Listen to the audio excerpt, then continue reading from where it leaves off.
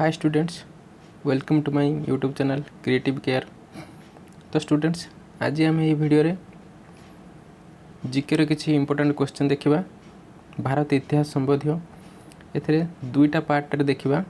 Fast part रे किसी question देखा एवं सेकेंड पार्ट रे आउ किसी क्वेश्चन डिस्कस करवा। तो वीडियोटी को संपूर्ण देखा एवं वीडियोटी भल लगे निश्चित लाइक करवा एवं चैनल को मध्य सब्सक्राइब करवा। चलतु स्टार्ट करवा। फास्ट क्वेश्चन नंबर 1, आर्य समाजर प्रतिष्ठाता किए थिले? तो ऑप्शन गुड़ी को देखा। Option A Raja Rammohan Roy, option B Vivekananda, option C Swami Dayananda Saraswati, option D Govind Ranade. तो यार सठिक आंसर हो option number C Swami Dayananda Saraswati. तो स्वामी दयानंद सरस्वती जे कि आर्य समाजर प्रतिष्ठाता करथिले। तो केबे करथिले? तो यह एप्रिल 10 तारिख रे बा एप्रिल 10 1875 मसीह से आर्य समाज प्रतिष्ठा करथिले। यार मुख्यालय केउठार थिला ना बॉम्बे रे थिला। तो स्वामी दयानंद सरस्वती मूल नाम कौन थिला ना तांकर अन्य नाम थिला मूल शंकर, जहाँकर जन्म केउठार ना गुजरात रे होइतिला। एवं से कौन कहथिले ना से कहथिले गो बैक टू वेद, अर्थात वेद को फेरी जाओ। नेक्स्ट क्वेश्चन देखिबा। Question number 2। Question number 2, Vikram Samvat क्यों मसीहार आरंभ होइछि? ऑप्शन गुडी देखिए। Option A 57 BC, option B 12 BC, option C 58 BC, option D 1000 BC. तो यार सठिक आंसर जो ऑप्शन सी 58 बीसी। तो ये 58 बीसी रे विक्रम संवत आरंभ होइछि। तो यह उज्जैन राजा विक्रमादित्य जे कि कौन करथिले ना शक मानक परास्त करी विक्रम इरा स्टार्ट करथिले। एही दिन ठारू हिंदू नववर्ष भाव पालन करती। तो नेक्स्ट क्वेश्चन देखिबा। क्वेश्चन नंबर 3, अमृतसर हत्याकांड केउठारे होइतिला? ऑप्शन गुडी देखिए। Option A Bareilly, option B Jallianwala Bagh, option C Surat, option D Uttar Pradesh. तो यार सठिक आंसर है जो ऑप्शन बी जालियानवाला बाग। तो जालियानवाला बाग केउठारे ना यह पंजाब रो अमृतसर ठारे अवस्थित। तो यह केबे होइतिला ना यह एप्रिल 13 तारिख 1919 मसीह रे हत्याकांड होइतिला। तो से दिन कौन थिला ना बैसाखी उत्सव थिला। सेठारे बहुत लोक एकाठी होइतिले, उत्सव पालन करथिले। तो सेठाकार गवर्नर थिले जे कि पंजाब रो lieutenant governor general O'Dwyer थिले। से 90 जन सैनिक ता सहित 50 जन गोरखा सोल्जर को नहीं कौन करथिले ना सेठी को आक्रमण करथिले। एवं से जो जगार जो सभा बा जो जगार आयोजन होइतिला जो उत्सवटी से ताकू जीवा पई केवल गोटे ही मात्र द्वार थिला। सही द्वार दे के जीवा आसीबा करथिले। तो जेते बेले जनरल डायर गले से द्वार को बंद करी भीतर बाटे समस्त को आखि बजा गुली मारथिले, जहाँ फल से जगार ही अधिकांश लोक टली पड़ते एवं अधिकांश लोक क्षत होते। से हत्याकांड एते भयंकर थिला जे अधिकांश लोक कौन करथिले ता भितर थिबा कूओ को मध्य डेई पड़ते। तो से समय किए थिले ना लॉर्ड मॉन्टेस्क्यू चेम्सफोर्ड थिले गवर्नर।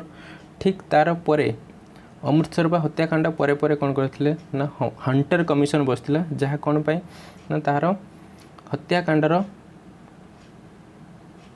हत्याकांड विषय तथ्य संग्रह करने पाई। चलतु नेक्स्ट क्वेश्चन देखिबा। Question number 4। Question number 4, Mohenjodaro क्यों नदी कूल अवस्थित? ऑप्शन गुडी देखिए। Option A Ganga, option B Brahmaputra, option C Sindhu, option D Jamuna. तो यार सठिक आंसर जो ऑप्शन सी सिंधु नदी, अर्थात मोहेंजोदारो सिंधु नदी कूल अवस्थित। तो सिंधु नदी कूल दुईटा सभ्यता गढ़ी उठिला, गोटे मोहेंजोदारो आ गोटे है हरप्पा सभ्यता। तो यह मोहेंजोदारो अर्थ कौन ना मोहेंजोदारो अर्थ है मृत नगरी बा माउंट ऑफ डेड बोली कहा जाउथला। तो यहाँ को प्रथम किए ना 1922 मसीह राखाल दास बानर्जी माटी तलू खोली करी लोकलोचन को आनी। एवं हरप्पा सहर को किए आनी ना हरप्पा सहर को 1921 मसीह दयाराम साहानी माटी तलू खोली लोकलोचन को आनी। देखिए next question. Question number 5, Azad Hind फौज किए और केबे गठन करथिले? तो ऑप्शन गुड़ी देखिए option A Vivekananda, option B Jawaharlal Nehru, option C Sardar Vallabhbhai Patel, option D Subhash Chandra Bose. तो यार सठिक आंसर है ऑप्शन डी सुभाष चंद्र बोस, जे कि आजाद हिंद फौज गठन करते केबे गठन करते ना 1943 मसीह 1943 मसीह आजाद हिंद फौज गठन करते। तो सी कौन कहते से कहते तुम्हें मत रक्त दियो मु तुमको स्वाधीनता देवी एवं आहरी कौन कहते ना जय हिंद नारा दौले एवं दिल्ली चलो डाकरा देते। जो सुभाष चंद्र बोस को नेताजी आख्या किए देते ना नेताजी आख्या देते एडल्फ हिटलर। नेताजी बोली कहीं आख्या देते कारण तांको जो काम बा जो दायित्व देता से सुचारू रूप से तुलाई पारते तेणु तांको नेताजी बोली कहा जाउथला। नेक्स्ट क्वेश्चन कौन ना क्वेश्चन नंबर 6 अशोक शिलालिपि केउठारे देखा जाए। ऑप्शन गुड़िक देखा option A Khandagiri, option B Dhauligiri, option C Hampi, option D Ujjayini. तो यार सठिक आंसर जो ऑप्शन बी धौलीगिरी। तो यह भुवनेश्वर रे धौलीगिरी ठारे अवस्थित। तो अशोकंकर मोट 14टी शिलालिपि थिला जहाँकि 13तम शिलालिपि रे कलिंग युद्ध विषय वर्णना करा जायतिला। केबे होइतिला कलिंग युद्ध ना 261 बीसी रे होइतिला एवं से शिलालिपि को प्रथमे किए पढ़ी पारथिले ना जेम्स प्रिंसिप जे कि से शिलालिपि गुडी को पढ़िबारे सक्षम होइतिले। नेक्स्ट क्वेश्चन देखिबा क्वेश्चन नंबर 7 काहाकू ओडिशार द्वितीय खारवेल कहा जाए बा काहाकू ओडिशार द्वितीय खारवेल बोली कहा जाता है। ऑप्शन गुडी देखिए option A Purushottam Deva, option B Chodaganga Deva, option C Kapilendra Deva, option D Mukunda Deva. तो यार सठिक आंसर हो ऑप्शन सी कपिलेन्द्र देव। कपिलेन्द्र देव को ओडिशार द्वितीय खारवेल बोली कहा जाए कहीं ना से खारवेल परी मध्य पराक्रमी राजा थिले। नेक्स्ट क्वेश्चन देखिबा चलतु नेक्स्ट क्वेश्चन देखिबा क्वेश्चन नंबर 8। क्वेश्चन नंबर 8 ओडिशार केउं वीर 1857 मसीह इंग्रेज शासन विरोध में संग्राम करथिले। ऑप्शन गुड़ी देखिए option A Gopabandhu Das, option B Harekrushna Mahtab, option C Veer Surendra Sai, option D कौन नुहे। तो यार सठिक आंसर जो option number C Veer Surendra Sai. तो वीर सुरेंद्र साय 1857 ओडिशा रे जो सिपाही विद्रोह होता ताहाको से लीड करथिले। तो यह भारतर प्रथम स्वाधीनता संग्राम थिला। तो यह घटबार कारण कौन थिला ना सेतेबेले ब्रिटिशर माने बा इंग्रेज माने कौन करथिले ना भारतीय सैन्य माननकु एक प्रकार कौन दउथिले ना गोटे एक प्रकार बंधुक व्यवहार करबा पय पडुथिला।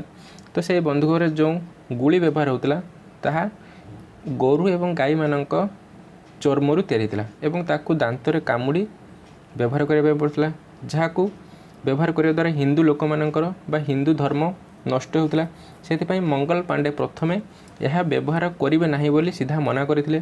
तो यह मना करने पर इंग्रेज माने जितेबले तांको बाध्य करते से बंधुक कौन कले से इंग्रेज सैनिक को गुली करी मार देते। तो मारिदेवा फल बंदी करा जायतिला। तो ठीक तार वर्ष तार नेक्स्ट वर्ष को 1857 ठीक पर वर्ष अर्थात 1858 बेले ईस्ट इंडिया कंपानी ठारू जो पावर थिला बा से क्षमता को कौन करागला ना ब्रिटिश क्राउन पाखक ट्रांसफर कर दिया था बा तार क्षमता ट्रांसफर हो जाता। नेक्स्ट क्वेश्चन देखिए क्वेश्चन नंबर 9 छत्रपति शिवाजी जन्म केबे होइतिला। ऑप्शन रे देखिए option A 1627, option B 1630, option C 1628, option D 1625। तो यार सठिक आंसर हो ऑप्शन नंबर ए 1627। तो छत्रपति शिवाजी जन्म 1627 मसीह होता केउठारे ना पुणे डिस्ट्रिक्ट महाराष्ट्र तांकर जन्म होता। से किए थिले ना से मराठा साम्राज्यर प्रतिष्ठाता थिले। नेक्स्ट क्वेश्चन देखिबा क्वेश्चन नंबर 10 ब्राह्म समाजर प्रतिष्ठाता किए थिले। ऑप्शन गुडी देखिबा option A Mahadev Govind Ranade, option B Raja Rammohan Roy, option C Bal Gangadhar Tilak, option D Swami Dayananda Saraswati. तो ब्राह्म समाजर प्रतिष्ठाता किए थिले ना एटार सठिक आंसर हो ऑप्शन बी राजा राममोहन राय। तो राजा राममोहन राय ब्राह्म समाजर प्रतिष्ठा करथिले। केबे करथिले ना अगस्ट 20 1828 मसीह यह प्रतिष्ठा करथिले। यार मुख्यालय केउठार थिला ना यार मुख्यालय थिला बेंगल रे बा कोलकाता रे थिला। यहाँ को राजा उपाधि किए देथिले राममोहन राय को राजार आख्या किए देथिले ना देथिले अकबर टू जे कि मोगल सम्राट थिले। से कौन पाई यह प्रतिष्ठा करथिले ना हिंदू धर्म रक्षा करबा एवं सती प्रथा एवं बाल्य विवाह प्रथा आदि अनेक कुसंस्कार को से उठाइया पाई अनेक संग्राम करछथि। क्वेश्चन नंबर 11 देखिए भारतर शेष हिंदू सम्राट किए थिले। ऑप्शन गुड़िक देखिए। Option A Mukunda Deva, option B Prithviraj Chauhan, option C Ashoka, option D Akbar. तो यार सठिक आंसर जो option number B Prithviraj Chauhan. Prithviraj Chauhan जे कि भारतर शेष हिंदू सम्राट थिले। से चौहान राजवंशर थिले। से क्यों राजवंश थिले ना चौहान राजवंश थिले। जेतेबेले मोहम्मद घोरी भारत आक्रमण करथिले तो पृथ्वीराज चौहान तांको सहित प्रतिरोध करथिले। केबे ना 1191 मसीह तिरोरी ठारे केउठारे ना तिरोरी ठारे 1191 मसीह पृथ्वीराज चौहान एवं मोहम्मद घोरी मध्य युद्ध होइतिला। ताहाकु प्रथम तिरोरी युद्ध कहउतला एवं से युद्ध रे मोहम्मद घोरी परास्त होइतिले एवं ठीक तार पर वर्ष 1192 रे द्वितीय तिरोरी युद्ध होइतिला एवं एही युद्ध रे कोन होइतिला ना पृथ्वीराज चौहान हारि जाइतिले एवं मोहम्मद घोरी कोन होइतिला ना जीतितिले। नेक्स्ट क्वेश्चन देखिबा। Question number 12। Question number 12 Ramakrishna Mission र प्रतिष्ठाता किए थिले। तो ऑप्शन गुड़िक देखिए। Option A Mahadev Govind Ranade, option B Raja Rammohan Roy, option C Swami Vivekananda, option D Swami Dayananda Saraswati. तो यार सठिक आंसर जो ऑप्शन सी स्वामी विवेकानंद। तो स्वामी विवेकानंद रामकृष्ण मिशन रो प्रतिष्ठाता करथिले। यह केबे करथिले ना यह मे 1 1897 मसीह प्रतिष्ठा करथिले। केउठारे ना यह बेलूर मठ कोलकाता रे बेलूर मठ ठारे रामकृष्ण मिशन प्रतिष्ठा करथिले। रामकृष्ण किए ना रामकृष्ण परमहंस जे कि विवेकानंदंकर गुरु थिले। सी दक्षिणेश्वर कालींकर एक पूजक बा साधक थिले। तो ये विवेकानंद विषय जानिबा। विवेकानंद कर जन्म केबे हेतिला ना विवेकानंद जन्म 12 जनवरी 1863 रे जन्म होइतिला एवं मृत्यु 1902 रे हेतिला। तांको जन्मदिन को आमे केउ दिवस रे पालन करथाउ ना नेशनल यूथ डे भाव में आमे पालन करथाउ। नेक्स्ट क्वेश्चन देखिबा। क्वेश्चन नंबर 13 केउ वेद रे चिकित्सा विषय रे वर्णना करा जायछि। ऑप्शन गुड़े देखिबा। Option A Samaveda, option B Rigveda, option C Yajurveda, option D Atharvaveda. तो यार सठिक आंसर जो ऑप्शन सी यजुर्वेद। तो यजुर्वेद रे चिकित्सा संबंध में वर्णना करा जायछि। तो वेद कहले कौन बुझ ना वेद कहले ज्ञान बोली कहिथाउ। वेद कहले ज्ञान बोली बुझिथाउ। तो वेद केतोटी ना 4 प्रकार वेद अछि। ऋग्वेद, सामवेद, यजुर्वेद एवं अथर्ववेद। तो यह केबे लिपिबद्ध होइतिला ना 1000 रु 600 बीसी मध्य रे यह लेखा जाइतिला। नेक्स्ट क्वेश्चन देखिबा। क्वेश्चन नंबर 14 दांडी यात्रा केबे अनुष्ठित होइतिला। ऑप्शन गुड़ी देखो। Option A 1931, option B 1930, option C 1928, option D 1932। तो यार सठिक आंसर हो ऑप्शन नंबर बी 1930। तो दांडी यात्रा 1930 मसीह होइतिला। यह केउं दिन होइतिला ना यह मार्च मास 12 तारिख रु आरंभ होइतिला एवं केबे सरीथिला ना एप्रिल मास 6 तारिख रे। दीर्घ 24 दिन पर्यंत दांडी यात्रा अर्थात साबरमती आश्रम रु महात्मा गांधी 76 जन लोकों सहित कौटी चलते ना दांडी अभिमुखे यात्रा करते। कौन पाई ना लवण आईन को भांगिया पाई। पर यह कौन है ना यह आईन अमान्य आंदोलन रे परिणत है। केते किलोमीटर थिला ना 390 किलोमीटर पर्यंत दीर्घ 24 दिन पर्यंत चलते। प्रथमे गला बेले केते लोक थिले तांको सहित ना 76 जन लोक थिले किंतु रास्ता रे हजार हजार लोक आसी से आंदोलन रे जोग देथिले। नेक्स्ट क्वेश्चन देखिबा। Question number 15। तो यह लास्ट क्वेश्चन केउं वेद रे गायत्री मंत्र वर्णना करा जायछि। ऑप्शन गुडी देखिबा। Option A Samaveda, option B Rigveda, option C Yajurveda, option D Atharvaveda. तो सठिक आंसर जो ऑप्शन बी ऋग्वेद। तो ऋग्वेद रे गायत्री मंत्र वर्णना कराइछि।